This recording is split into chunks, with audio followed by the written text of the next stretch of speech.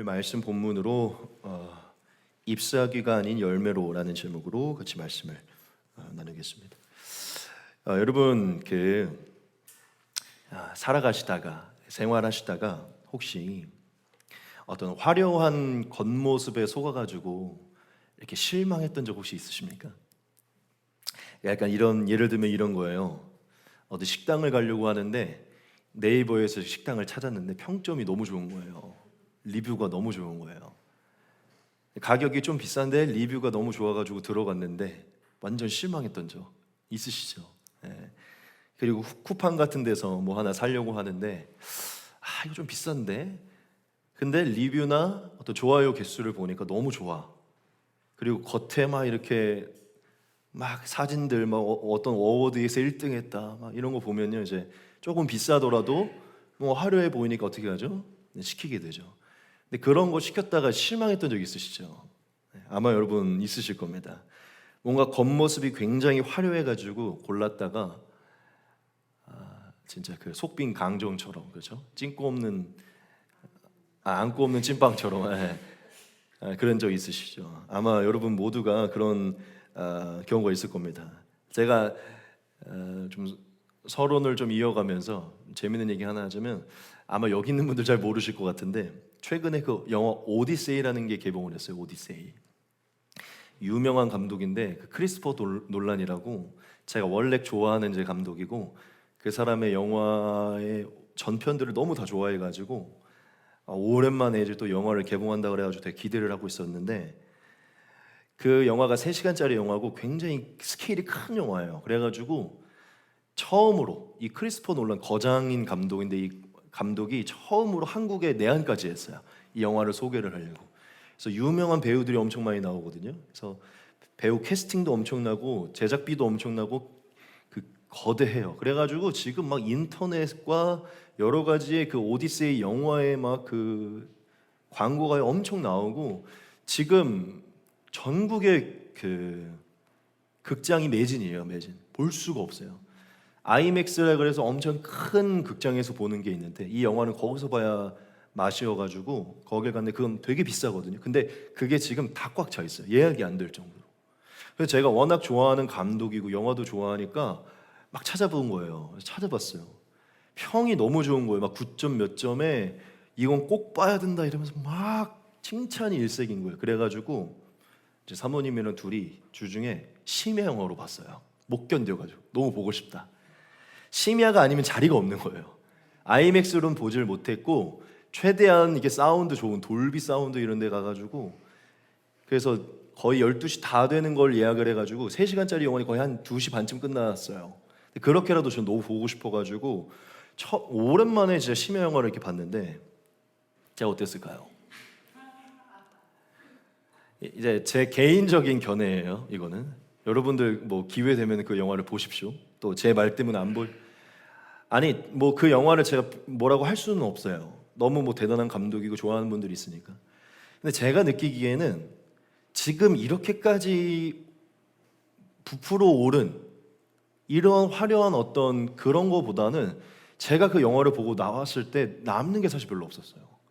3시간 동안 굉장히 스케일 큰 어떤 영상들과 그런 엄청난 일들이 있었지만 그 영화가 결국 그 3시간 뒤에 나왔을 때 제 안에 깊게 남는 그 감동을 주질 못했다는 거죠.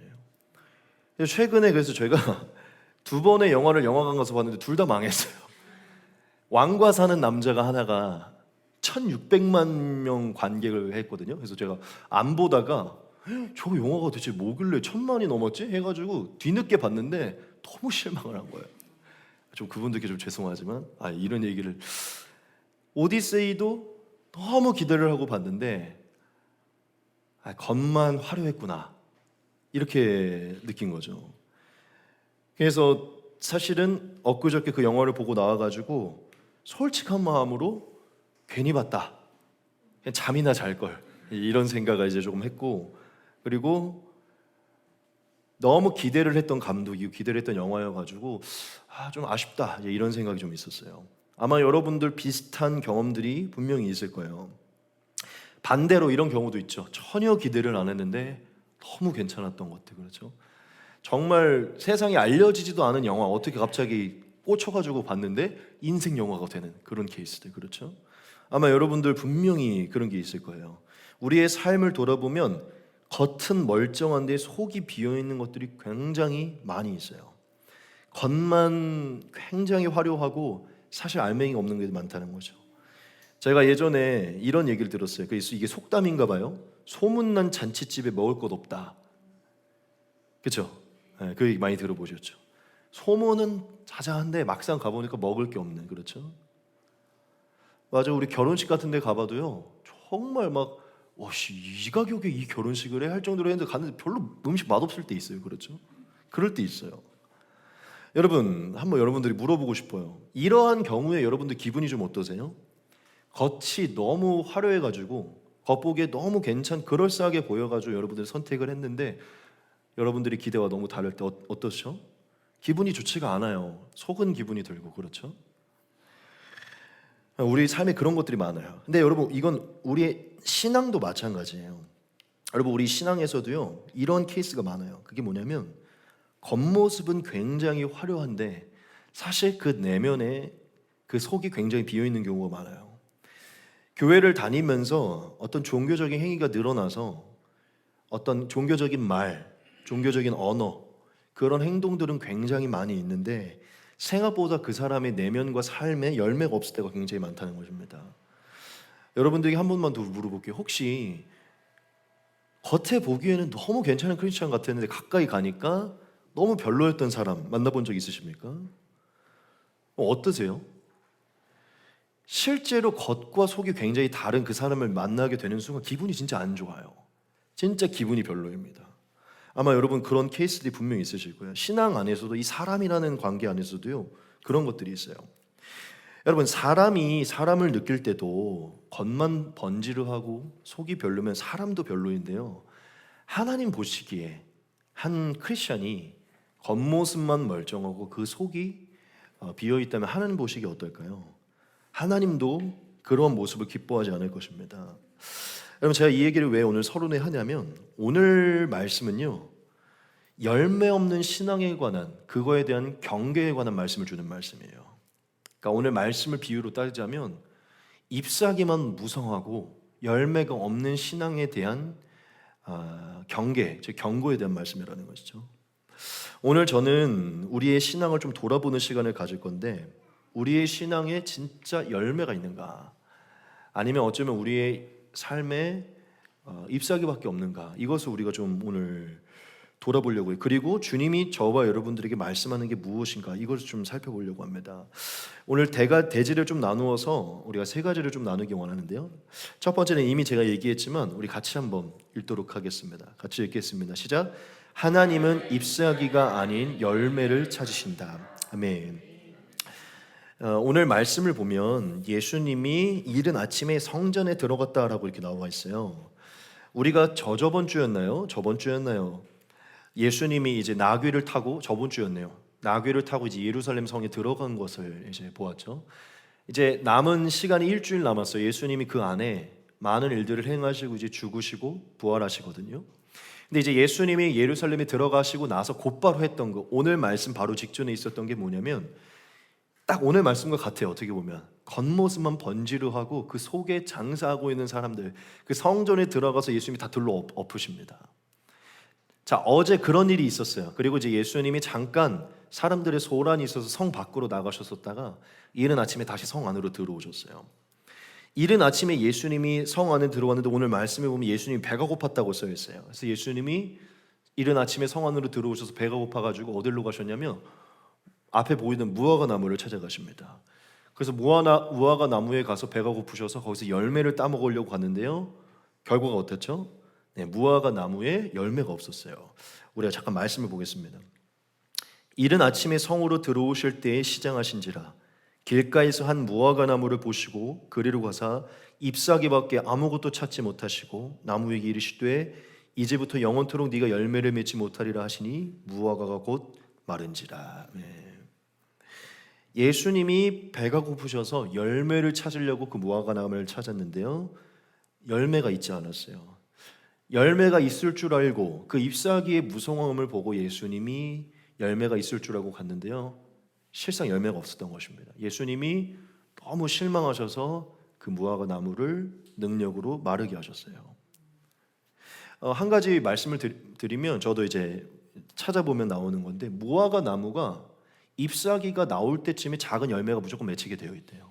그러니까 예수님이 지금 간 게 없는 거를 모르시고 간 이런 느낌이 아니라는 것이죠. 그러니까 예수님은 있을 것을 기대하고 오셨다는 것입니다. 그런데 그 무화과 나무에 열매가 없었던 것이에요. 여러분, 예수님이 왜 무화과 나무 이렇게 마르게 하셨을까요? 진짜 너무 배가 고파가지고 너무 간절해가지고 갔는데 뭐야 왜 없어? 아이씨 너무 열받네? 이러면서 내 능력이 어떤지 보여주겠어 이러면서 하셨을까요? 뭐 그랬을 수도 있죠. 그런데 사실 그렇지 않습니다. 예수님이 무화과 나무를 마르게 하신 것은요, 그 당시에도 그렇고 사실 오늘날 우리에게도 영적인 메시지를 주고자 하는 것이에요. 아마 아시는 분이 있을 텐데, 오늘 여기서 이 본문에서 마르게 된 무화과 나무는 뭘 뜻하는 걸까요? 아시는 분이 있을 거예요. 여러분, 성경에서 무화과 나무는요, 이스라엘을 대표합니다. 이스라엘을. 구약 성경에 보면 이스라엘이 두 가지로 등장하는데, 첫 번째가 포도나무예요. 둘째가 무화과 나무입니다. 둘 다 아주 탐스러운 좋은 열매를 맺는 나무인데, 제가 굳이 띄우진 않겠지만 많은 호세아, 예레미야, 미가 이런 선지자들의 예언을 보면요, 하나님이 이렇게 얘기해요. 내가 너희를, 무화과 나무인 너희를 데려다가 여기다 심었거늘 좋은 열매를 맺지 못했다. 이런 식으로 이스라엘을 무화과로 많이 표현을 하세요. 여러 선지자를 통해 하나님은 이스라엘을 무화과로 비유를 하셨는데, 오늘 지금 여기에서 예수님이 무화과 나무에게 가셔서 무화과 나무를 마르게 하세요. 열매를 찾았는데 열매가 없어서 이 나무를 마르게 하십니다. 자, 이게 무엇을 뜻하는 것일까요? 그렇죠? 첫째, 이스라엘의 영적 상태를 말하고 있는 것입니다. 그리고 둘째, 그 이스라엘의 영적 상태로 인한 하나님이 내리신 결과, 그게 나와 있는 것이에요. 여러분, 이 맥락을 봅시다. 예수님이 열매를 얻고자 무화과 나무에게 찾아갔어요. 있을 줄 알고 갔는데 막상 가보니까 열매가 없는 거예요. 겉에 잎사귀가 무성해가지고 있겠구나, 뭔가 탐스러운 게 있겠구나 하고 갔는데 없는 거예요. 여러분, 이게 뭘 얘기해 주는 줄 압니까? 지금 예수님의 삶과 아주 밀접한 연관이 있어요. 여러분, 예수님이 이 땅 위에 내려오셨잖아요. 그렇죠? 이스라엘에게 찾아오셨어요. 예수님이.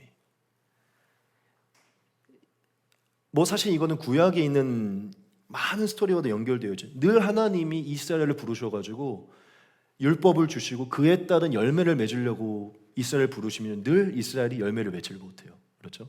하나님이 원하시는 열매를 맺지 못한다는 거예요. 그래서 진노함을 받고 팔리게 되고, 자, 예수님이 이 땅 위에 내려오셨어요. 그래서 이스라엘 백성들이 회개하고 돌이켜 영생에 이르는 열매를 얻길 바라고, 이 땅에 내려왔을 때 먼저 하나님의 율법을 받고 제사를 드리는 성전을 가진 선민으로서의 열매를 바랐건만 예수님이 구하는 열매는 이스라엘에게 없었어요. 그렇죠? 여러분, 이건 지금 이스라엘 영적 상태를 얘기해요. 잎사귀만 무성하지만 막상 열매가 없는. 여러분, 이스라엘에게는요, 율법도 있었죠, 성전도 있었죠, 제사도 있었죠, 전통도 있었죠, 종교 행위도 있었어요. 즉 잎사귀가 무성한 게 예표되듯이 겉으로 행하는 거 굉장히 많았다는 거죠. 그런데 진짜 하나님이 율법을 주시고 성전을 주시고 이스라엘 백성으로 삼으신 진짜 원인, 진짜 이유, 그들이 회개하는 심령을 갖고 거룩한 심령을 갖고 성결한 마음을 갖고 공의와 정의를 행하고 이웃을 사랑하고 하나님을 사랑하는 진짜 내면에 있는 그 열매, 그 율법, 그 행위가 아니라 그것을 통해 그의 삶에서 맺기 원하는 그 열매, 그걸 바라셨죠.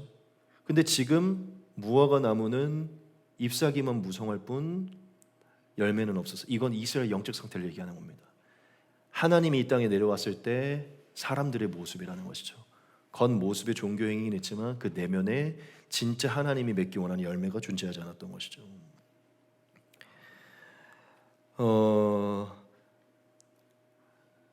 오늘 말씀은 지금 예수님이 단순히 무화과 나무를 찾아가신 것 같지만 그들의 열매를 확인하기 위해 찾아간 것 같지만 이거는 더 깊게 보면 예수님이 이 땅 위에 사람들의 열매를 확인하러 온 그것 같은 것입니다. 내려오셨지만 아무도 열매가 없는 거죠, 이 땅 위에. 즉 지금 예수님이 무화과 나무를 찾아가 마르게 하신 것은요, 그냥 할 일이 없어서 그냥 능력을 막 남용하시기 위해서 하신 게 아니라는 것이죠. 이것은 이스라엘의 영적 상태를 보여주는 것입니다. 그리고 예수님이 진짜 이스라엘에게 찾으시는 게 무엇인지를 보여주는 것이에요. 진짜 예수님이 이스라엘에게서 찾으시는 건 무엇이죠? 겉 잎사귀가 아니라는 것입니다. 그 속의 열매라는 것이죠. 여러분, 오늘 말씀이 첫 번째로 저와 여러분들을 교훈하는 게 무엇이냐면요, 예수님이 진짜 우리의 삶에서 찾으시는 건 열매라는 것입니다. 진짜 저와 여러분들의 삶에 기대하시고 찾기 원하시는 건 열매라는 것이에요. 열매 없는 겉만 무성한 잎사귀와 같은 신앙은요, 주님이 기뻐하시지 않는다는 것입니다. 저는 오늘 이 말씀을 보면 일단 제 개인적으로 또 여러분 모두가 오늘 한번 돌아보기를 원하는데, 여러분, 우리가 우리의 영적 상태가 어떻습니까? 지금 우리의 영적 상태가 어떠냐는 것이죠. 지금 우리가 예수님께 드릴 만한 열매가 있습니까?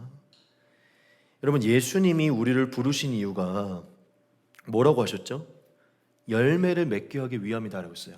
내가 너희를 택하고 부른 이유는 열매 맺게 하기 위함이다 이러셨어요. 한번 볼까요?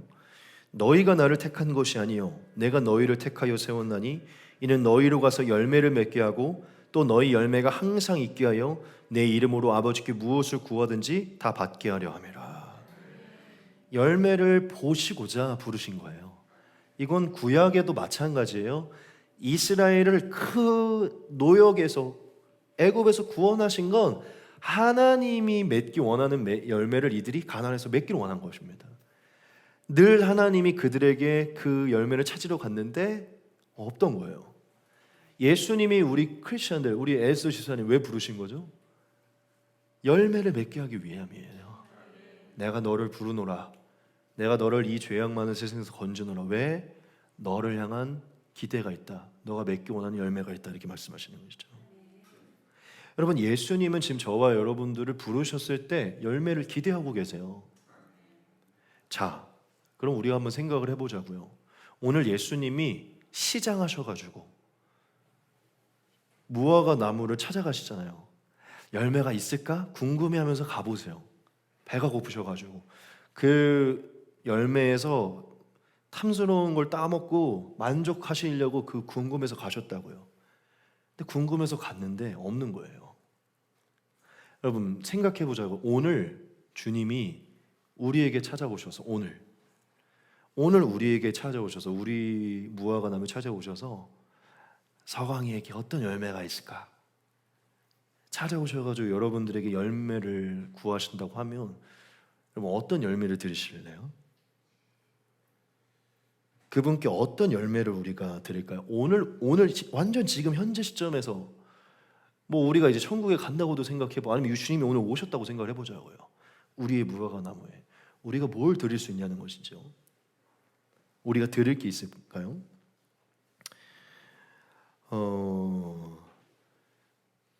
저는 이 열매가 꼭 뭐 어떤 외적인 열매, 뭐 어떤 사역의 열매, 꼭 전도의 열매, 뭐 이거로 국한하고 싶지는 않아요. 우리가 내적인 열매라고 한번 생각을 해보자고요. 제일 중요한 건 어떻게 보면 성령의 열매니까. 성령의 열매는 내적인 열매잖아요. 뭐 우리가 전도는 좀 못했을 수 있어. 막 어떤 멋진 목사님처럼 많은 사역을 못했을 수는 있어요. 근데 주님이 진짜 찾으시는 열매를 드려야 되잖아요. 그러니까 주님이 이럴 수 있죠.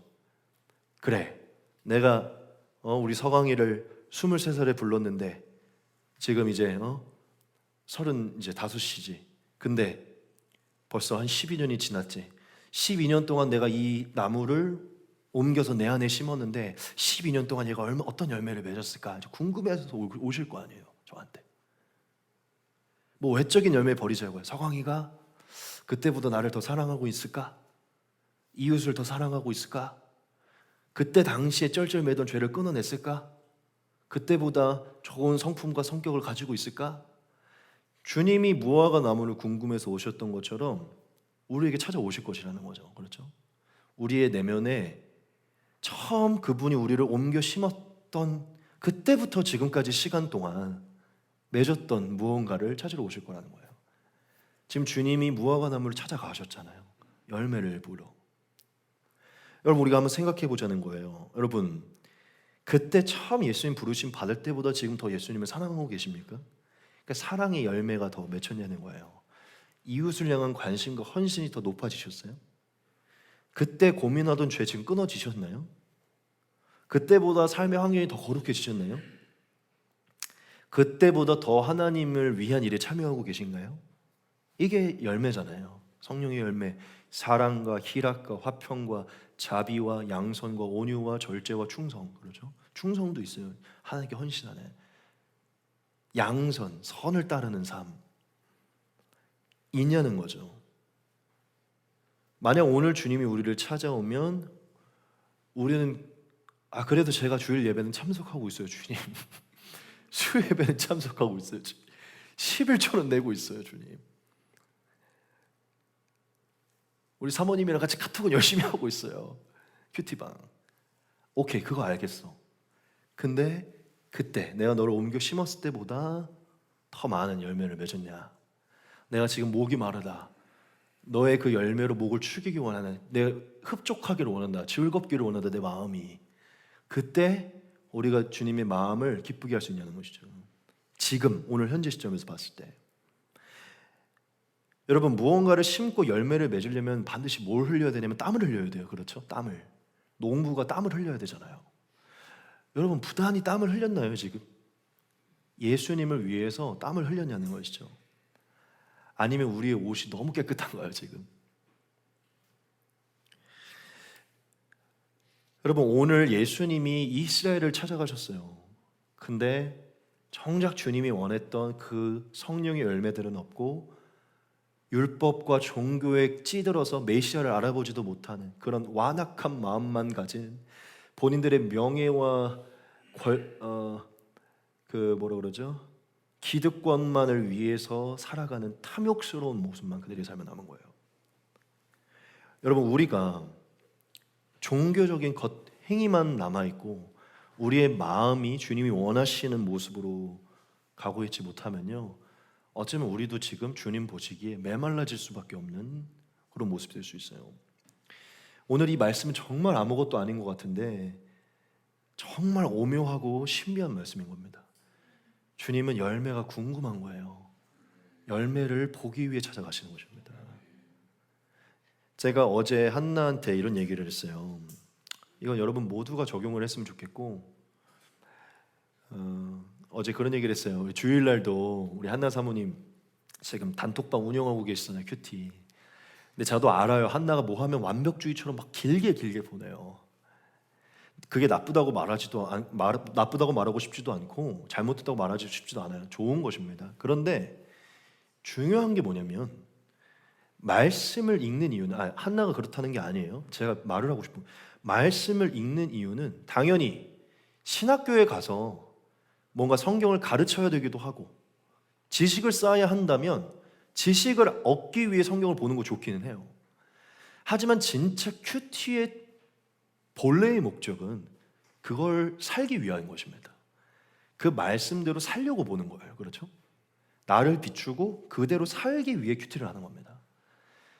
단순히 오늘 지식을 쌓고 밖에 나가서 똑같이 사는 게 아니라 여기서 하나님을 마주하고 그대로 살기 위해서 큐티를 하는 거예요. 그렇죠? 그러니까 뭐 모든 말씀을 다 적용할 수는 없겠지만 살기 위한 게 사실 큐티의 목적이라는 것이죠. 그래서 제가 이제 한나한테 그랬어요. 한나야, 너무 잘 쓰는 것도 좋고 좋은 것도 좋고 긴 것도 좋은데 정말 그게 3장이든 4장이든 너가 읽고 정말 마음에 와서 오늘 이걸 살아내고 싶은 거를 좀 짧게 올려라. 왜냐면 새벽까지 이걸 적고 있더라고요. 이걸 잘 올리고 싶어가지고 성도들에게 잘 나누고 싶어가지고 12시 시작한 게 뭐 3, 4시까지 쓰고 있더라고요. 너무 좋은데 너무 그게 또 그렇게 될 수 있으니까. 그렇지 않다는 게 아니라 제가 그냥 염려가 돼가지고 얘기한 거예요. 이 문장을 만들기 위해서 큐티를 하지 말고 정말 감동이 와서 살아내고 싶은 한두 문장을 적어라. 그렇게 올려라. 그렇게 이제 어제 얘기를 했어요. 그렇지 않다는 게 아니에요. 너무 많은 문장을 적으려고 하면 살아내기보다는 이걸 잘 정리하는 것, 더 괜찮은 문장으로 만드는 데 온통 신경을 쓰지. 아, 너무 힘들어. 이거 하고서 삶은 누워 있는 거예요. 지금 이해되시죠, 여러분? 그래서 저는 오히려 극단적으로 이걸 안 올릴지라도 읽고 살아내는 걸 원하는 거예요. 제가 이 얘기를 왜 하냐면 주님이 원하는 건 사람들에게 보여지는 글이 아니라는 거죠. 이 종교 행위가 아니라는 거예요. 그걸 가지고 은밀한 삶에서 살아내기를 원하는 것입니다. 이거는 제 얘기가 아니에요. 우리 한나 사모님들 저한테 해주고 뭐 우리 피드백을 많이 해주셔서 사람들이 제 설교가 잘 들어온다고 얘기를 해요. 귀에 어렵지가 않대요. 그러니까 내용이 가볍지는 않은데 어렵지 않대요. 깊은데 쉽대요. 잘 들어온대요. 제 설교가.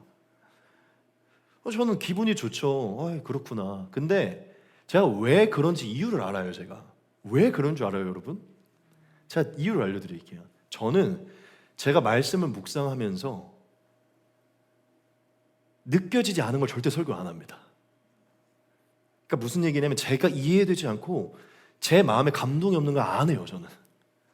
저도 느끼지 못하는 걸 막 논리적으로 껴맞춰가지고 그럴싸하게 얘기를 안 한다는 거예요. 말씀을 묵상하다 보면 와, 이거 너무 괜찮은데? 막 이런 것들이 있어요.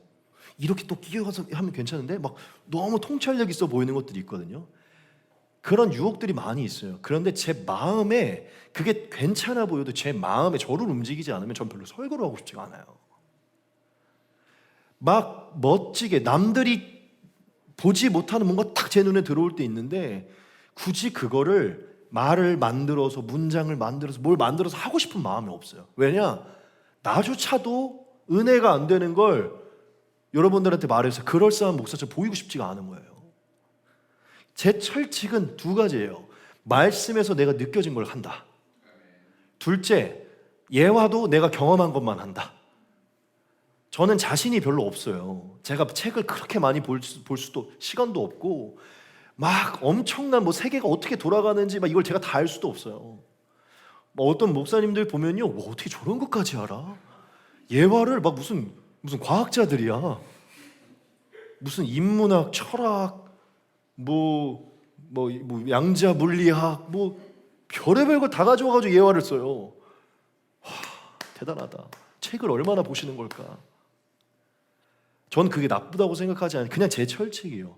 내가 경험을 해서 아니면 간접으로 경험하도 내 감동이 오지 않는 건 말하지 말자. 그럴싸하게 해서 그냥 이걸 그럴싸하게 보이려고 유식하게 보이려고 이걸 가지고 오지 말자.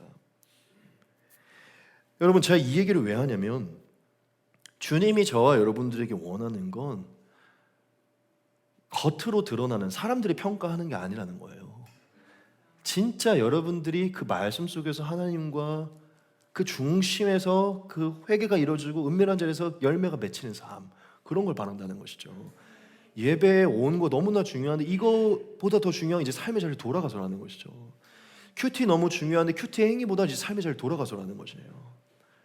우리가 누군가한테 나누려고 많은 문장을 만들어서 올리고 제가 여러분들에게 그럴싸해 보려고 막 엄청난 것들 길러내가 설교를 했는데 정작 저는 설교에 은혜가 하나도 없고 설교만 했지 삶에서 이상하게 살아봐요.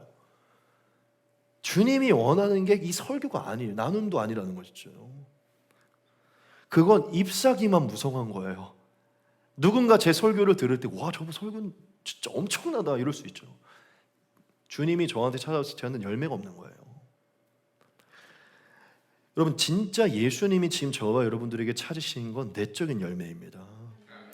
얼마나 더 회개하고 거룩해지고 깨끗해지고 있는가. 오늘 우리가 이 시간 예수님 앞에 좀 1대1로 서가지고 오늘 현재의 모습을 한번 돌아봤으면 좋겠어요. 각자가 좀 이 시간 돌아봤으면 좋겠다는 것이죠. 하나님을 만났을 때와 지금의 시간 동안 우리가 하나님 안에 심겨져 있었거든요. 하나의 나무로 심겨져 있었다는 것이에요. 우리 안에 얼마나 많은 열매가 맺혔는가, 이걸 한번 돌아보자는 것입니다. 지금 주님이 저와 여러분들에게 주목하는 건 이 행위가 아니라 그 내면의 열매라는 것이죠. 두 번째입니다. 두 번째는요, 열매 없는 자에게는 심판이 있다는 것입니다.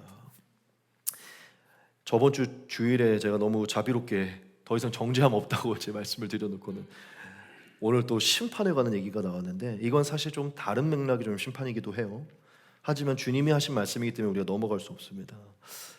오늘 예수님이 열매의 중요성을 말씀하시면서 뭐라고 하시냐면, 이걸 말씀해서 열매 맺지 않는 것의 위험성과 그 결과를 우리에게 말씀해 주세요. 아까 띄었지만 다시 한번 봅시다.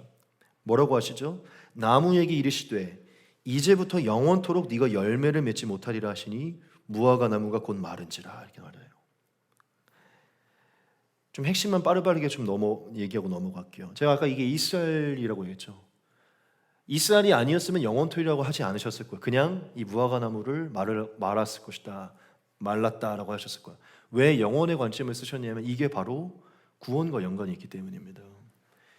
주님이 이스라엘이 회개하고 돌아와 회개의 열매를 맺기를 바라고, 정말 예수님이 오셨을 때 예수님을 믿고 돌아오기를 바랐는데 결국 예수님이 원하는 것을 바라보지 못했어요.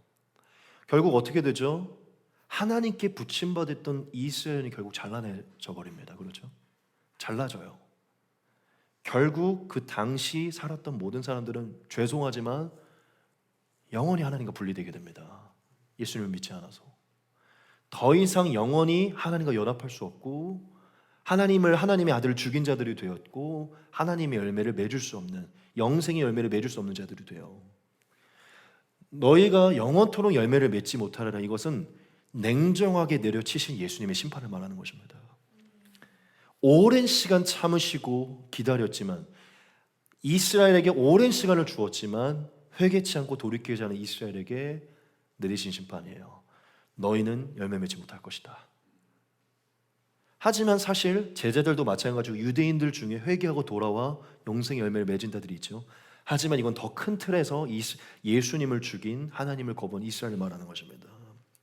자, 그러면 이스라엘은 원래 본 나무인 이스라엘의 무화과 나무는 마르게 되었지만 이 역사가 어떻게 되죠? 이제 이 열매를 이방인이 맺게 됩니다. 믿으십니까? 이스라엘이 아니라 이방인들이 이 열매를 맺게 돼요.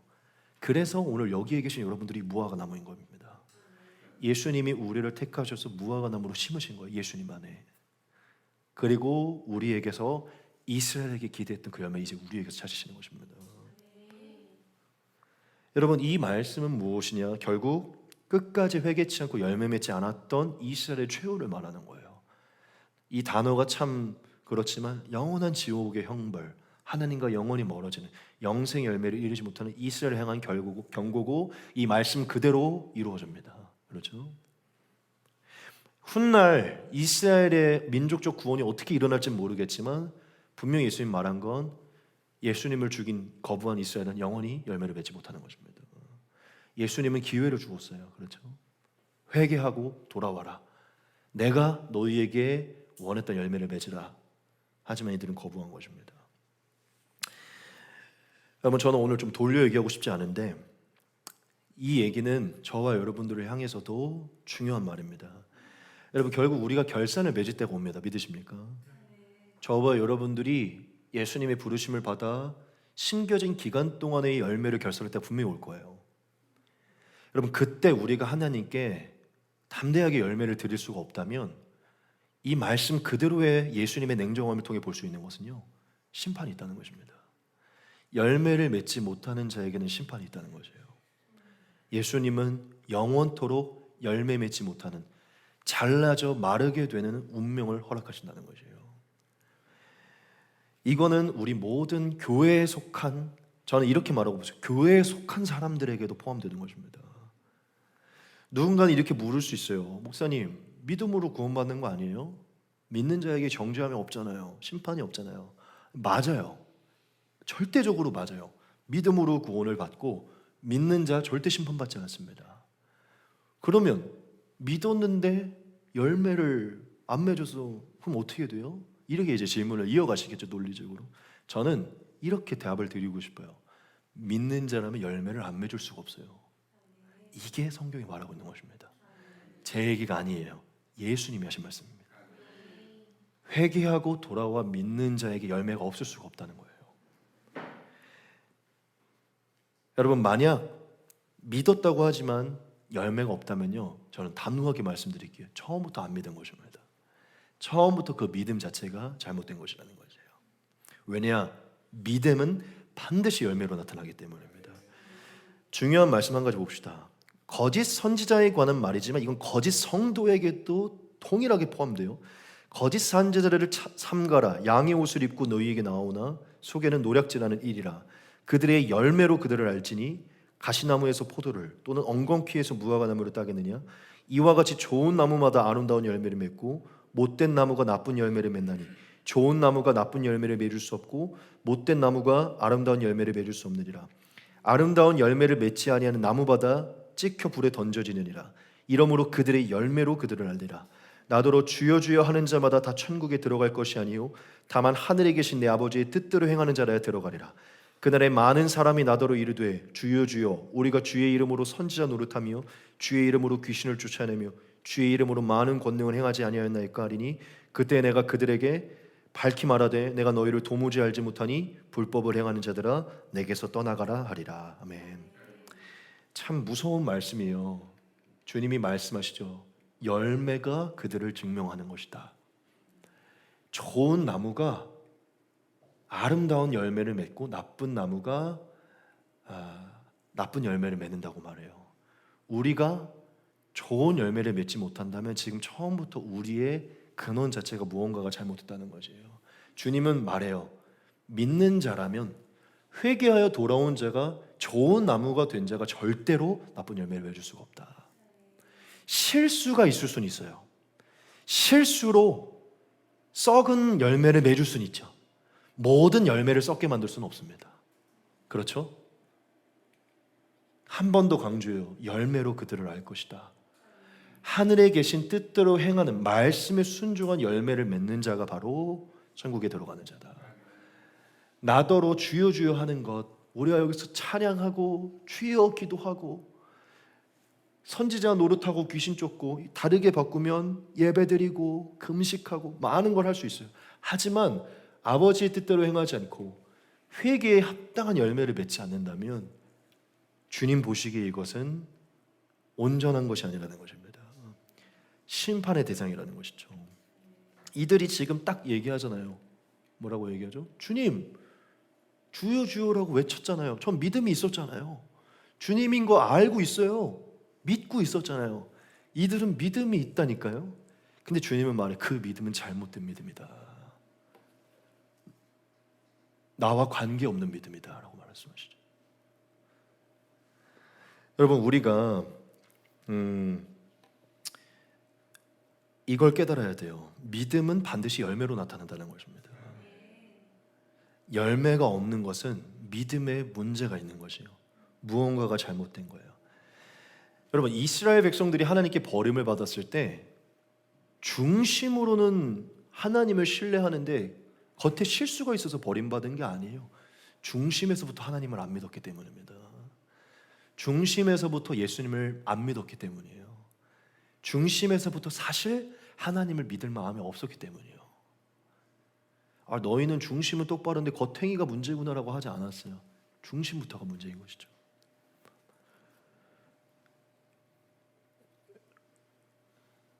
제가 지금 무슨 얘기를 하려고 했는데 지금 제가 이스라엘이 중심에 문제가 있었다고 얘기했죠. 그렇죠? 중심이 문제였고 것 때문에 버림받은 게 아니라고 그렇죠. 자, 이스라엘 백성들의 문제가 뭐냐면 하나님을 자기를 위해 믿은 거예요. 그렇죠? 사실 본인 때문에 하나님을 믿은 거예요. 거기서부터 문제가 있습니다. 그들은 하나님이 순종하는 걸 별로 순종하고 싶은 마음 없었어요. 공의와 정의를 지키고 싶은 마음 없었어요. 본인을 위한 하나님을 만들어서 믿은 거예요. 예수님은 말씀하시죠. 나를 따르라. 너희를 위해 살지 말고 나를 위해 살으라. 너희를 위한 하나님이 아니라 나를 위한 너희가 되라. 내 제자가 되라 말씀하세요.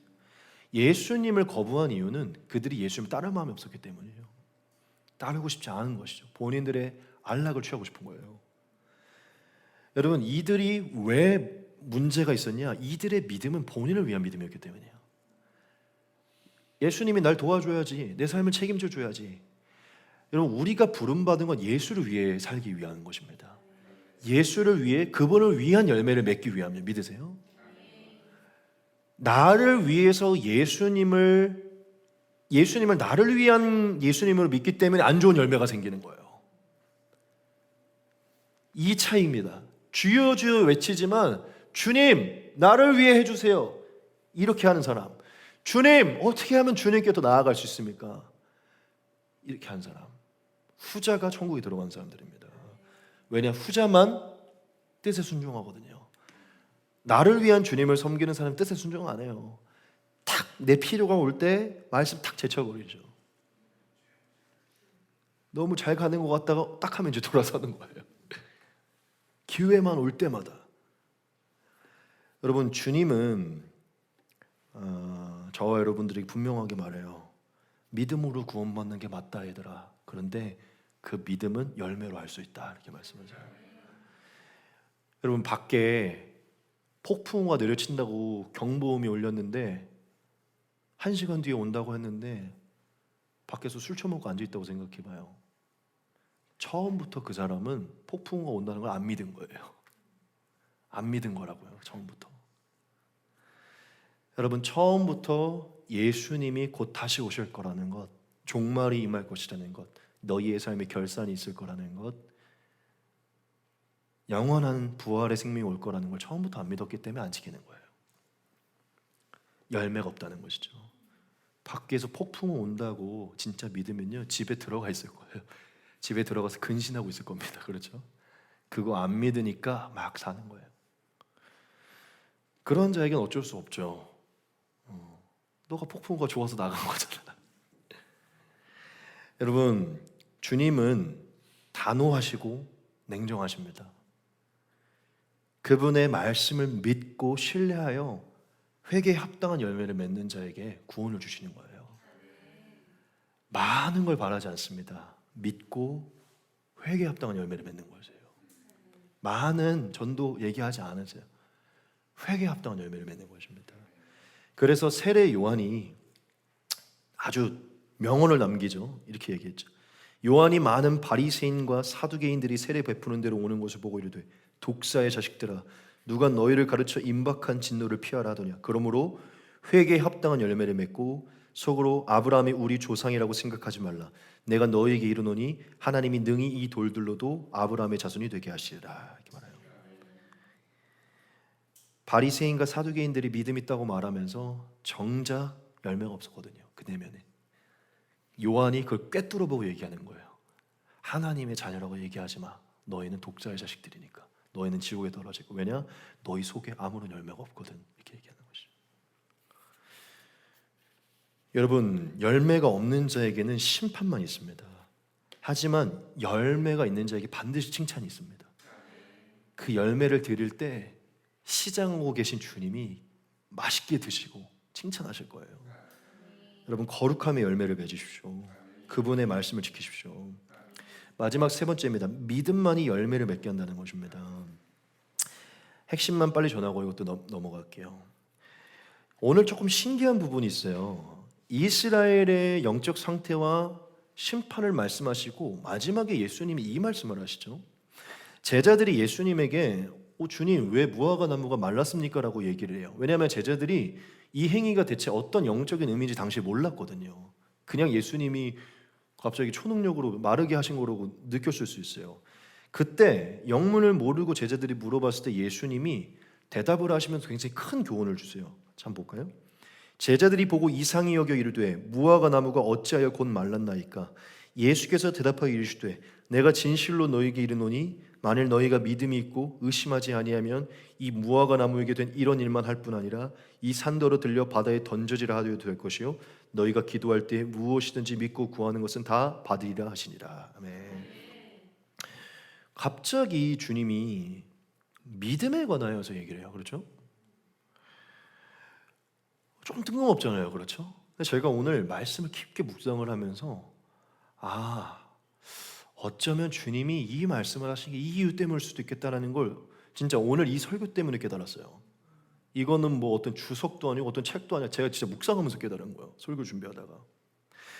여러분, 이스라엘이 버림받은 근원적인 원인이 뭐였죠? 믿음이 없었기 때문입니다. 그렇죠? 믿지 않았기 때문이에요. 하나님이 예언한 메시아가 왔는데 믿지 않았어요. 그렇죠? 믿음이 없었어요. 그들 안에. 믿지 않았다는 건 결국 예수님의 복음 앞에 회개하지 않았다는 거예요. 본인들이 죄인인 걸 인정하지 않았어요. 인정하지 않고 회개에 합당한 주님이 말한 그 말씀에 순종하며 열매를 맺지 않았어요. 그렇죠? 여러분, 지금 예수님이 이스라엘의 심판을 선언하신 이후에 강조하신 게 뭐냐면 믿음이에요. 믿음. 그렇죠? 믿음을 강조해요. 자, 왜냐? 이 이어지는 맥락이에요. 저도 늘 이거를 뚝 떼어서 봤지 이어서 안 봤었거든요. 이어서 보면요, 자, 위에서 이스라엘 구원받지 못한 근원은 믿지 못하기 때문이에요. 근데 지금 주님이 여기서 믿음을 말합니다. 믿음을 아주 강조해요. 믿음만 있으면 못할 것이 없다. 이거는 결국 구원에 이르기 위해, 즉 하나님이, 예수님이 이스라엘에게 기대했던 그 열매를 맺기 위해 제일 중요한 건 믿음이라는 것이에요. 믿음이 있어야 열매를 맺을 수 있다는 것입니다. 주님이 찾는 그 열매를 맺으려면 믿음이 있어야 된다는 것이에요. 우리가 21절, 22절만 우리가 좋아하는 말씀이잖아요. 뚝 떼어서 보면 막 소망이 생겨요. 막 내가 기도하면 진짜 산 옮길 거다. 진짜 빌딩 하나 내가 얻을 수 있다. 내가 막 생각하는 우리 교회 오순절 진짜 여의도 순복음 같은 교회 만들 수 있다. 산을 옮길 수 있다. 막 이렇잖아요. 그렇죠? 믿고 오늘 내가 구한 거 다 받으리라. 제가 아까 예배하기 전에 집에서 잠깐 기도하고 왔는데 혼자 이거 말씀 놓고 기도했어요. 믿고 구한 거 주님 받는다고 했으니까 오늘 믿습니다 하고, 정말로 주님 많은 사람 필요 없습니다. 한두 사람만 오면 됩니다. 저 한두 사람만 와도 감사할 것이면 이렇게 기도했거든요. 정말 한두 사람만 딱 보내주셨어요. 제가 감사했다니까요. 진짜. 특별히 우리 유만쌤 오셔가지고, 유만쌤 택함 받으신 분이구나. 장난이고요. 이 뚝 떼어서 보면 이런 소망을 가져다 주잖아요. 그렇죠? 근데 저는 그게 잘못됐다고 생각하지 않고, 저는 이 말씀이 우리에게 그런 소망을 준다고 믿습니다. 믿죠? 네. 자, 그게 중요한데 우리가 이 말씀 전체를 통해서 이 말씀을 다시 보면 사실 더 깊은 걸 건드리고 있어요. 여러분, 예수님이 이스라엘의 심판을 얘기하시고 믿음이 산을 옮길 만한 기적을 일으킨다라고 얘기를 했어요. 그렇죠? 산을 옮길 만한 기적을 일으킨다는 것은 믿음이 그만큼 큰 것을 만든다라는 걸 얘기한 거거든요. 그렇죠? 믿음이 큰 역사를 만든다는 걸 표현하고 싶어서 산을 쓰신 것이잖아요. 믿음이라는 게 바로 산을 옮기는 것이 상징된 만큼 큰 것들을 만든다고 얘기하신 거예요. 자, 그러면 전 지금도 막 너무 행복해요. 지금 이 맥락에서 산을 옮길 만큼 큰 일, 기적이 뭘까요, 여러분? 이스라엘의 역사 속에서 산을 옮길 만큼 큰 일이 뭐냐는 거예요. 그들이 믿음을 갖는 것입니다. 그들이 믿음을 가져서 회개하는 일, 회개하고 예수를 믿는 일이 산을 옮겨보는 것도 큰 일이에요. 산이 옮겨지는 일만큼 큰 일이요, 예수를 믿는 거예요. 메시아로 회개하고 회개에 합당한 열매를 맺어 구원을 얻는 것, 그게 산을 옮기는 것보다 큰 일이에요. 이렇게 바꿔볼게요. 산을 옮기는 일보다 더 어려운 게 뭔지 알아요? 믿음을 갖고 회개하는 거예요. 회개하여 영생에 이르는 게 사실 산이 옮겨지는 것보다 더 큰 일이에요. 지금 예수님이 믿음만 있으면 이 무화과 나무 말릴 수도 있고 살릴 수도 있다. 믿음만 있으면 산도 옮길 수 있다, 얘들아. 믿음만 있으면 이스라엘이 회개에 합당한 열매를 맺고 산을 옮겨보는 더 위대한 예수 안에서 영생을 얻을 수 있는 일들이 그들에게 일어나는 거예요. 근데 그들이 믿음이 없기 때문에 심판에 놓인 것입니다. 회개하지 않았기 때문에. 지금 믿으세요? 제가 풀렸어요, 이게. 왜 예수님이 이 맥락 속에서 이걸 얘기하셨을까? 지금 예수님은 그걸 말씀하는 거예요. 열매를 맺기 원하느냐? 영생이 이르기 원하느냐? 믿음을 가져야 된다. 나를 믿어야 된다. 나를 믿고 따라야 된다. 제가 여러분들에게 재밌는 얘기 하나 드릴게요. 제가 오늘 설교가 왜 이렇게 여유로운지 모르겠네. 우리 희한하게 마음이 편하네요. 저희 어머니에게 질문을 한번 던져볼게요. 저희 어머니에게. 저희 어머니의 평생, 제가 이제 하나님 만나기 전에 평생 스트레스가 뭐였냐면 아버지와 제가 변화되는 거였어요. 저희 어머니의. 저희가 성남의 태평동에 살았었는데 태평동 바로 집 앞에 이렇게 산이 있었거든요. 봉국사 절 뒤에 이렇게 산이 크게 있었어요. 이름이 갑자기 기억이 안 나요. 무슨 산이었는데. 저희 어머니가 저희 아버지랑 저가 막 사고치고 돌아다니니까 막 마음이 엄청 신나네요. 근데 어느 날 소식이 돌려온 거예요. 어이, 편권사님, 저희 밖에서 산이 움직이고 있어. 산이 움직이고 있어. 그래요? 그래서 엄마가 나왔어요. 산이 움직이는 걸 본 거예요. 우와, 엄청나다. 근데 집에 돌아와 봐요. 이렇게 봅시다. 엄마가 산을 옮겨 달라고 기도를 했어요. 근데 진짜 산이 옮겨지는 거예요. 엄마가 엄청나다고 생각을 하겠죠. 와, 진짜 산이 옮겨지네. 엄마가 산을 옮기는 걸 경험했어요. 기도를 통해서 산이 옮겨지는 걸 진짜 경험을 한 거예요.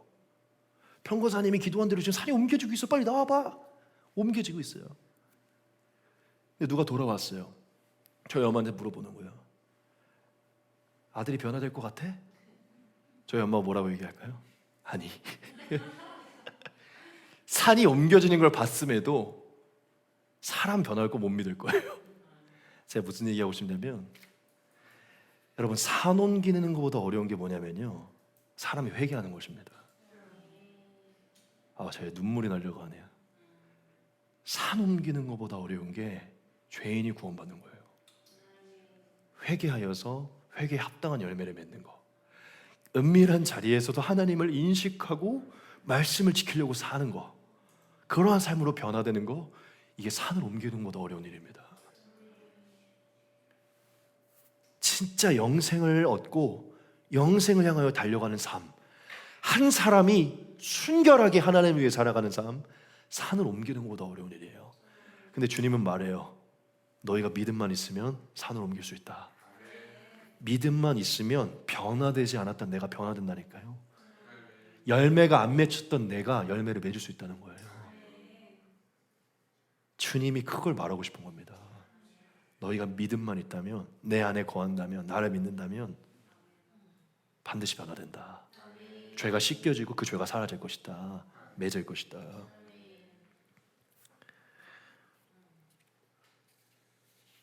여러분, 산을 옮기보는 것보다 위대한 것은요, 바로 변화되는 것이에요.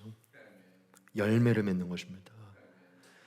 예수님은 오직 예수님을 믿는 자만이 산을 옮기는 역사와 같이 그의 삶이 변화되고 열매를 맺고 영생을 얻을 것이다 라고 말씀해 주신 거예요. 그리고 마지막 구절도 마찬가지예요. 너희가 믿음을 가지고 기도하기 시작할 때 다 받을 것이다. 이거는 앞이랑 이어지는 것인데, 이제 회개하고 돌이켜 하나님의 열매를 맺으려고 작정한 자들의 기도는 다 응답된다는 것입니다. 나를 위해 구하고 있던 것들이 아니라 이제 하나님을 위해 그 열매를 맺기 위해 기도하는 자 반드시 응답될 것이다. 여러분, 주님이 오늘 이 말씀에 어떻게 보면 생뚱맞은 얘기와 같지만 이 엄청난 말씀을 통해서 진짜 우리의 삶에 산이 옮겨지는 것 같이 큰 일과 같은 열매를 맺는 삶은 믿음을 통해서만 가능하다라고 말씀하시는 거예요. 여러분, 믿음을 다르게 표현하면 뭐라고 표현할 수 있냐면 영접하다라고 표현할 수 있어요. 그렇죠? 믿음은 멀리 있는 대상을 믿는 게 아니라 그 예수님을 영접하는 것입니다. 그렇죠? 받아들이는 거예요. 영접이라는 게 바로 리시브, 받아들인다는 건데, 자, 결국 예수님을 믿는다는 건 그분을 받아들이고 그분과 연합한다는 것을 말해요. 그렇죠? 예수님의 말씀을 지켜 그분 안에 거하고 그분과 연합하여 이제 그분과 같이 사는 것입니다. 여러분, 저와 여러분들이 진짜 죄가 끊어지고 회개의 열매를 맺고 우리의 삶에 산이 옮겨지는 능력, 구하는 것마다 받는 능력은 딱 한 가지밖에 없어요. 예수님 안에 거할 때 일어나는 것입니다. 그분의 말씀을 지킬 때만 일어나는 일이에요. 그건. 오늘 이 말씀이 길지만 다 읽을 건데요, 같이 보겠습니다. 나는 참 포도나무요 내 아버지는 농부라. 물은 내게 붙어있어 열매를 맺지 아니하는 가지는 아버지께서 그것을 제거해 버리시고 무릇 열매를 맺는 가지는 더 열매를 맺게 하려 하여 그것을 깨끗하게 하시느니라. 너희는 내가 일러준 말로 이미 깨끗하여졌으니 내 안에 거하라. 나도 너희 안에 거하리라. 가지가 포도나무에 붙어있지 아니하면 스스로 열매를 맺을 수 없음 같이 너희도 내 안에 있지 아니하면 그러하리라. 나는 포도나무요 너희는 가지라. 그가 내 안에 내가 그 안에 거하면 사람이 열매를 많이 맺나니 나를 떠나서는 너희가 아무것도 할 수 없습니다. 사람이 내 안에 거하지 아니하면 가지처럼 밖에 버려져 마르나니 사람들이 그것을 모아다가 불에 던져 사르느니라. 너희가 내 안에 거하고 내 말이 너희 안에 거하면 무엇이든지 원하는 대로 구하라. 그리하면 이루리라. 이게 아까 22절 말씀과 같죠. 너희가 열매를 많이 맺으면 내 아버지께서 영광을 받으실 것이요 너희는 내 제자가 되리라. 아버지께서 나를 사랑하신 것 같이 나도 너희를 사랑하였으니 나의 사랑 안에 거하라. 내가 아버지의 계명을 지켜 그의 사랑 안에 거하는 것 같이 너희도 내 계명을 지키며 내 사랑 안에 거하리라. 내가 이것을 너희에게 이름은 내 기쁨이 너희 안에 있어 너희 기쁨을 충만하게 하려 함이라. 내 계명은 곧 내가 너희를 사랑한 것 같이 너희도 서로 사랑하라는 이것이니라. 사람이 친구를 위하여 자기 목숨을 버리면 이보다 더 큰 사랑이 없나니 너희는 내가 명하는 대로 행하면 곧 나의 친구라. 이제부터는 너희를 종이라 하지 아니하리니 종은 주인이 하는 것을 알지 못함이라. 너희를 친구라 하였노니 내가 내 아버지께 들은 것을 다 너희에게 알게 하였습니다. 너희가 나를 택한 것이 아니요 내가 너희를 택하여 세웠나니 이는 너희로 가서 열매를 맺게 하고 또 너희의 열매가 항상 있게 하여 내 이름으로 아버지께 무엇을 구하든지 다 받게 하려 함이라. 아멘.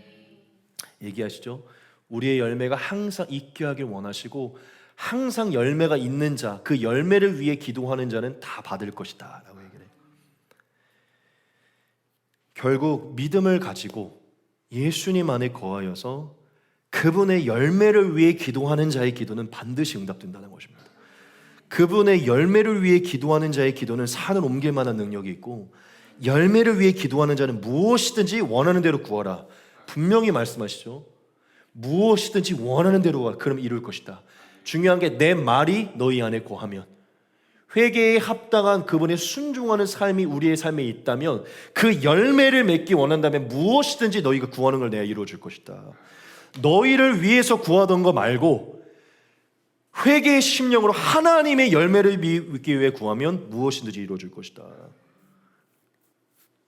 여러분, 우리의 삶에 지금 열매가 맺히지 않고 있다면, 기도에 응답이 되고 있지 않다면 우리가 하나님이 원하는 열매보다 다른 것을 구하고 있어서 그럴 수 있어요. 저는 제가 여러분들에게 정말 오늘 확신을 갖고 얘기해 줄 수 있어요. 세상 거 말고 하나님이 원하시는 열매를 위해서 기도해 보세요. 반드시 응답됩니다. 진짜 하나님이 원하시는 열매를 위해서 여러분 기도해 보십시오. 무엇이든지 허락하실 거예요. 여러분, 산만 옮길까요? 우주도 옮기십니다. 여러분들이 하나님의 열매를 위해 진짜 구하면 우주도 움직이신다니까요. 구약에 써 있어요, 여러분. 해도 멈추시고 모든 걸 바꾸실 수 있습니다, 하나님이. 우리가 하나님의 열매를 위해 구하면, 그 안에서 그분의 뜻대로 구하면. 믿으십니까? 우리가 지금 그분과 멀어져, 뭐라죠?